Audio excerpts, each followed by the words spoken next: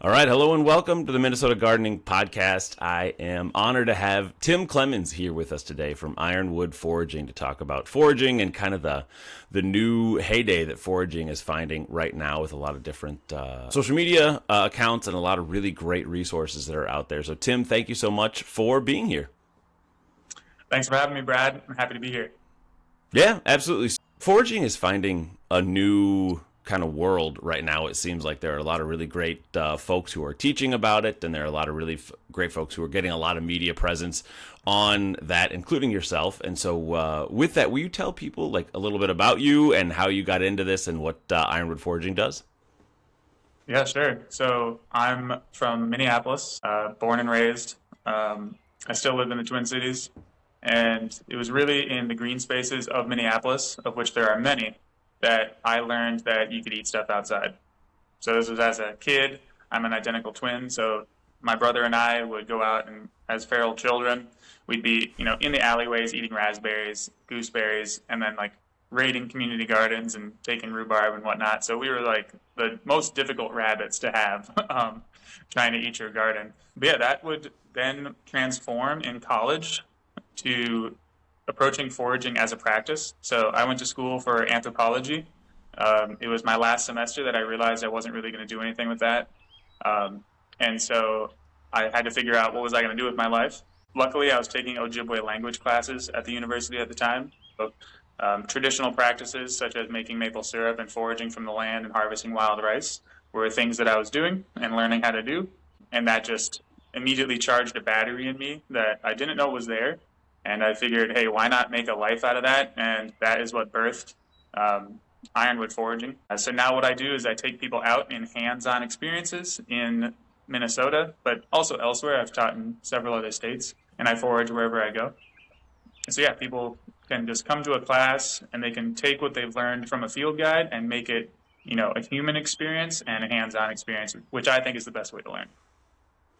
So let's talk a little bit more about that historic and cultural connection between what you're doing now and what you've learned and what indigenous cultures have always done in the United States. Like this is how things happened for a long time. And so how do you connect those two things, and why do you think it's important that to pass on that knowledge and information? Well, I think just given my start, I was raised in an inner city. I didn't really do many things outside of the city. I didn't hunt, I didn't fish, we didn't go camping or anything growing up. So I think my experience echoes a lot of people's experience in this country. I think something like the statistic is 80% of Americans are urban dwellers, or at least in a metro area. So a lot of those people aren't having these fundamental human experiences that 99.9% of all humans did. And I know urban foraging for me made me see the city differently. It made me see these concrete jungles as definitely more on the jungle side rather than the concrete side. There's still abundance in that landscape. I know it helped me feel just better about life, more confident, more resilient, just having a lot more fun. And then especially when you take that out into like your more classic, nature areas, wilderness areas, etc. I think it just echoes the deep time of humanity. Just getting in touch with ancestors, whatever that means for you, getting in touch with your body, getting in touch with your relatives that aren't humans, so your plant relatives, your fungi relatives, and wildlife. That's just incredibly important. I mean, connection to land and connection to place is something I really try to highlight. And one question I like to ask people is, what does Minnesota taste like? And oftentimes people will say Juicy Lucy's, Lutefisk, maybe their favorite pizza joint or something like that. But that honestly is, that's such like a thin film of, our culture over what Minnesota actually is, or wherever somebody lives. What this land actually tastes like, and what Ojibwe people, Dakota people, and other tribes have known since time immemorial is it tastes like wild rice. It tastes like our native walnuts, of which we have two species. It tastes like a leaf from a plant picked in spring at the perfect moment of ripeness that you don't get in a grocery store or even a farmer's market or a fine dining restaurant. You are entirely in control of that experience, which gardeners definitely know as well. So I just think that's important. I mean, living as a human, surprise, surprise, is important. Yeah, that's a big part of who we are, and making that connection to what where we've been and where we're going and that. And so I think foraging is a really great way of looking at that. So do you think that that's part of the reason why? And I don't know if it's so hard to tell now, like if like foraging and other things like that are actually having a renaissance and coming more into the popular culture and things that are that people can and should be doing, or if it's just Instagram and social media feeding me more of what I want to see. Like it's impossible to tell how that actually works. And so, do you think that there is more of people interested in caring about foraging and finding new ways of looking at this, or do you think where do you think we're at right now and why? I think you perceived it accurately. Despite algorithms pushing you, what you want to see or what you've interacted with before, even if social media didn't exist, foraging is absolutely on the rise. It does so happen that foraging is, it's reaching a ton of people on social media. So there is a good part to social media. I think most of it is probably bad and really bad for our health for many-fold reasons. But in this case, it's good. My classes have seen a drastic increase in people that are interested in it. I would say other educators in the metro area and then all over the country are seeing drastic increases in people that want to learn about this. Go by book sales. Book sales on the topic are skyrocketing. So I think it's a natural product of the times that it's long overdue. We've wanted this profound connection to something bigger than ourselves for, generations now, and this is one way that people can access that for sure. And do you think it's all because of Alexis Nicole and her stardom that she she has found? I feel like that's a big part of it, because all of a sudden I was just seeing her everywhere, and I know that she has come to Minnesota and done some things with you, and so that's a really cool piece of this world that's pulling it all together, as people learning from each other and growing from there. Yeah, Alexis is a huge part of the puzzle there. She is infectious. She's entertaining. She has a high energy, which a lot of people in the foraging space, a lot of nature people don't necessarily have that crossover energy. We have a deep passion for nature, but oftentimes we can't communicate it to an uninitiated public. She really grips people. She's super skilled at that, and she also is just an incredibly talented forager in general. There's a lot of other people like chaotic forager, Gabrielle Serberville. And then there's even in Minnesota, Minnesota actually is kind of a hotspot for foraging. We have Sam Thayer, he's my mentor. He has written the best books on foraging for Eastern and Central North America. There's forager chef Alan Burgo. He lives in St. Paul, and he's a fine dining chef who is an absolute superstar of foraging. And then we have some other people like Maria Westerly and Ariel Bonkoski, who also teach in Minnesota and in Minneapolis and Duluth. So I think there's just a lot of really talented, really skilled people who truly believe in this as a lifestyle and a life way. You have like more resources now than people have had since, I don't know, probably this country was founded, I would say. Yeah, and you all, and you in particular, do a really great job of sharing information and making it accessible and easy for people to learn about things, but also making sure that folks know that there's a point where you have to be knowledgeable enough to not screw this up, and making sure that you're doing the right things that way. So making it approachable, but understanding what level of caution is necessary in that. So we're getting into the foraging world now. So like it's something that I've never really done. It's not been in my wheelhouse, and it just hasn't been. So for someone like me who hasn't done it, where's like a good place for people to start and to learn and to get going with things, with also happy snacking and not dying? Yeah, sure. Well, I think we're talking to a lot of gardeners, I assume, with this podcast. In your garden, there's, the weeds that you pull out to make room for your plants that you've cultivated. Start identifying those, or maybe even look at the familiar plants in your garden and don't just look at them through the lens of, oh, I already know what that is. Pretend you don't, and pretend you're trying to figure out what that is. So look at the leaves. How are they shaped? How are they attached to the stem? What are the flowers like? Like, what are they shaped like? What's the little pieces of biology that are making up this organism that you know so well and are so familiar with and love honestly enough to grow and nurture. So start there and then look at the weeds that are growing around that you're pulling out. How are they different from the plants that you want to grow? And then try to identify those. Look at their leaves and flowers and fruits or seeds that come. And then you'll find when you look those up or you get a knowledgeable person to come out and tell you, you'll find that most of those are edible and most of those are just as delicious, if not more so, than the plants that you're perhaps struggling to grow. So it makes weeding a lot easier and a lot more fun and a lot more productive. And then, if someone's maybe a neglectful gardener and by like mid-July, it's like 90s out and they don't want to garden anymore, and then they let their garden kind of go fallow a little bit, your garden's not lost because you probably have a ton of edible wild weeds out there, some native, some non-native, that you can eat and you're right back in the saddle.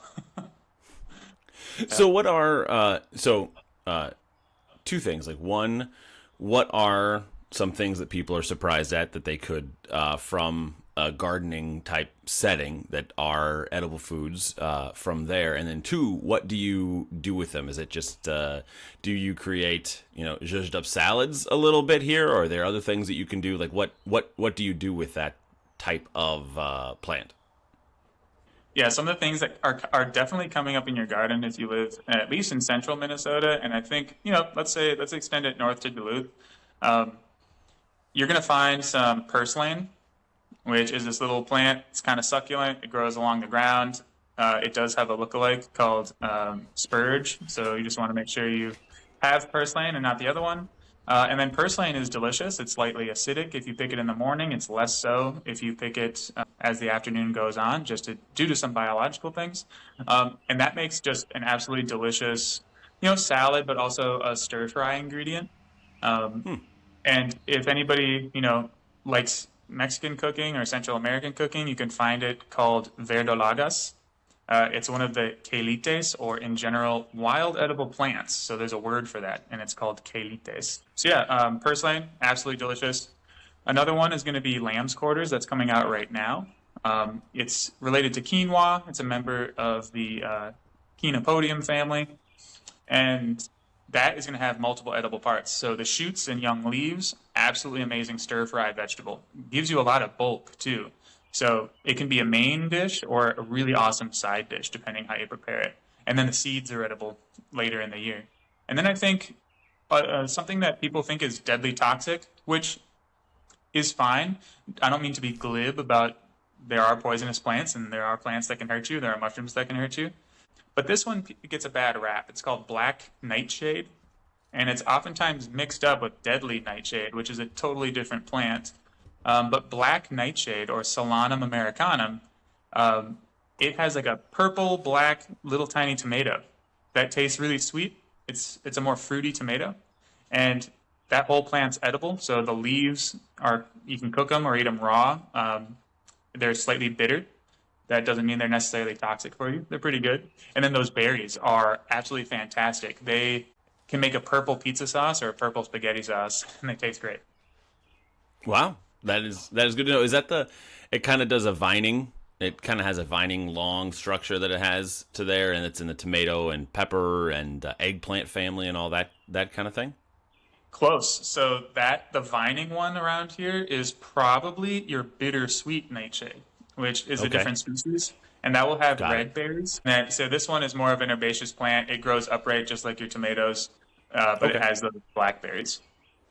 Got it. So this is where the confusion as to making sure to know the right thing that you're doing and talking about when you go forward. So how do people learn that? What is the best way for people to get into this world if they want to start doing this? Like what is a good way for them to start moving that direction and finding a path for learning what is healthy and how to use things and that kind of thing?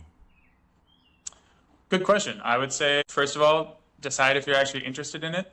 The things that you're interested in are the things that you're going to stick with long enough to actually learn something about. It's okay to dabble, but just decide if this is something you're interested in.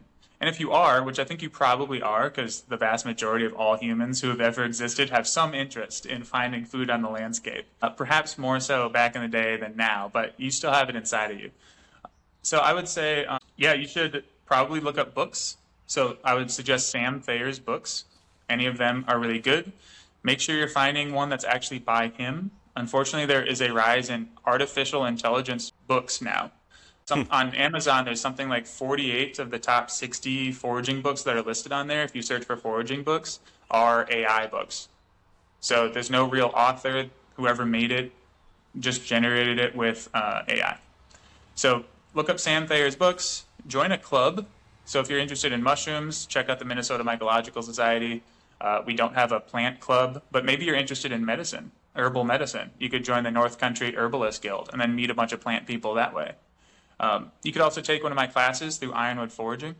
I offer something like 100 classes a year from May 1st to October 1st, and then I do like more presentation style stuff in the wintertime. But I also team up with Minneapolis Community Ed and other organizations, so maybe you'll see me through that. Especially if you're in a gardening organization, you might see me doing a walk sometime during the year with your group. Got it. Perfect. Yeah. And that, so with your, before we get too far away from you here, so with your classes and things, like what kinds of classes do you offer and how does that work and how do people find those? Yeah, you can find them on my website at ironwoodforaging.com. I also have on my Instagram, I'll typically post about those, and then on my Facebook, I'll post about them. But I do urban foraging. That's how I got my start, so I think it's valuable. My goal is to make foraging, it's cool now, right? But my goal is to make it totally mundane. I want it to be something that everybody knows, that you're not the cool kid on the block for knowing what that plant is, because of course everybody knows what that plant is, right? So that's my main goal. So urban foraging is, my favorite class to teach. But then I do seasonal foraging, so spring, summer, and fall. And we'll go to like a state park or a regional park, somewhere that, allows foraging to some degree.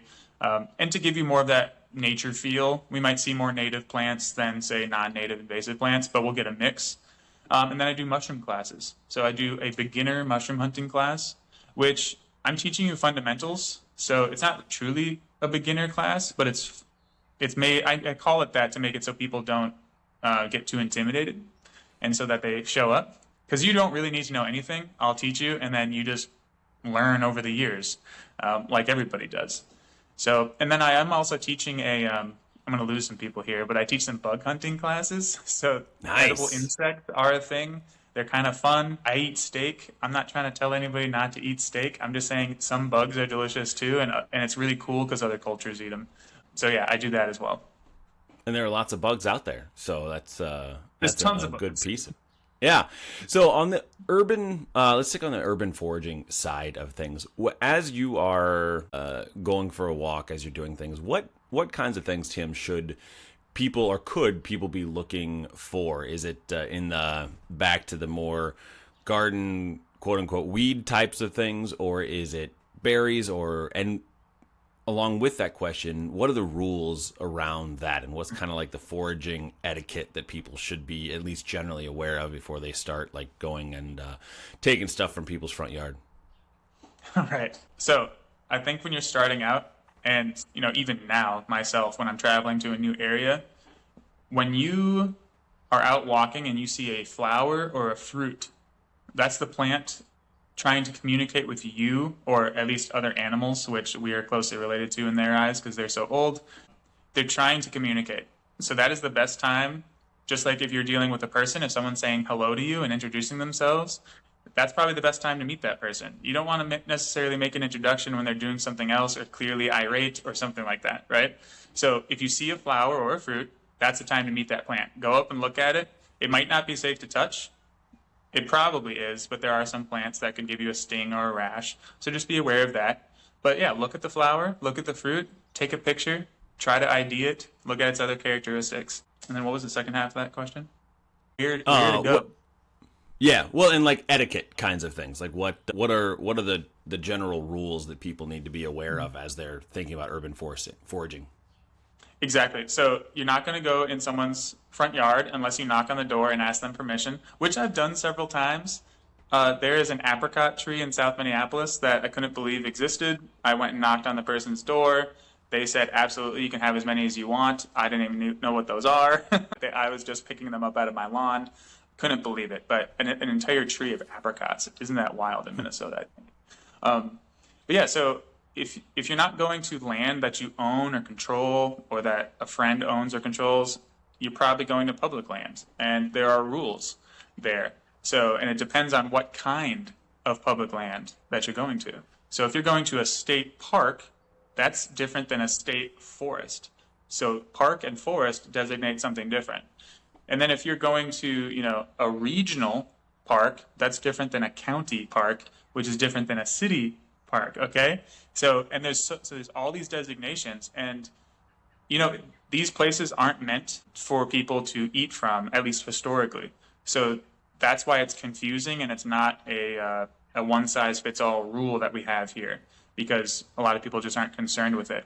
That's not why they were made. But say if you want to go to a state park, you can harvest berries, nuts, fruit, and mushrooms, because mushrooms are considered fruiting bodies. If you're in the Minneapolis park system, so any MPRB-owned land, you can harvest edible fruits or nuts from trees only, except for some exclusion areas, of which there's like 27 different areas that you're not allowed to harvest from. My rule of thumb is, in Minneapolis, if it looks like it's very manicured, like the Lake Harriet Rose Garden or Eloise Butler Wildflower Garden, you cannot harvest there. Just use that rule of thumb. But you can harvest, say, service berries from Minnehaha Falls or, a different park or something like that. And those rules might be changing. So if you think that you like foraging or that you will like foraging, you've gotten in at an interesting time. You're going to want to contact the Minnesota Department of Natural Resources, or the DNR, and tell them that foraging and the ability for people to harvest fruits, nuts, and berries and mushrooms on public land is important to you, because it's at risk of getting taken away, or at least restricted even more so right now. Got it. And why is that? Is there an over-foraging epidemic happening right now? Do we have tragedy of the commons in the foraging world, or what's the basis behind that? Unfortunately, so there is not an over-foraging problem right now. We have had things like that in the past in this country, like American ginseng was a plant that was heavily harvested and still, unfortunately, is, but it's not really present in Minnesota because of that over-harvesting, although it does still exist here. So things can be over-harvested, but the reason they're changing the law right now is that they think it might be happening because they're kind of worried about the uptick in interest in foraging. But to me, they're looking at it through the wrong paradigm. So I like to say that the best candle makers could not have invented the light bulb. Why? Because the paradigm of electricity was not created yet. But once electricity comes about, suddenly light bulbs make complete sense, and they're better than candles in a lot of ways. So we have a lot of people that were born and bred in the Leave No Trace movement. That's how they think conservation is supposed to be done. Treat nature as a museum, and then treat humans as if we can only do bad by nature. But I think the paradigm needs to switch here, where suddenly each person in this country can be a positive change for nature. And I think being foragers is a huge step in that direction, because once you forage, you start taking care of the areas that you're foraging from. You start seeing invasive plants and pulling them. You start seeing native plants and planting them more. So I tend to believe that, people are fundamentally good. The universe is fundamentally kind. And if we're able to teach people these things with some mistakes on the way, because we're not all experts immediately at something, then we can vastly change our landscape for the better. I love all of that, and that's we're bumping up against the end time here, so I think that's a really great spot to end on. So thank you so much, Tim, for being here and sharing just your incredible amount of knowledge with everybody today. As we go, what are the one or two favorite things that you look for in urban foraging? It's going to be your American wild plums, and I would say chanterelle mushrooms. There you go. Awesome. All right. Well, thank you so much, Tim, for being here. I really appreciate your time and just sharing so much with everyone. Will you let everybody know where they can find you again, and where the best places to follow you would be? Totally. Find me at ironwoodforaging.com. or with your local gardening club or like Wild Ones or something like that. And then you can find me on social media at MNForager on Instagram and TikTok even. Perfect. Sounds good. And I'll put all that in the show notes at minnesotagardening.com so everyone can find those as well. So thanks again, Tim. Have a great rest of your day. Thank you, Brad.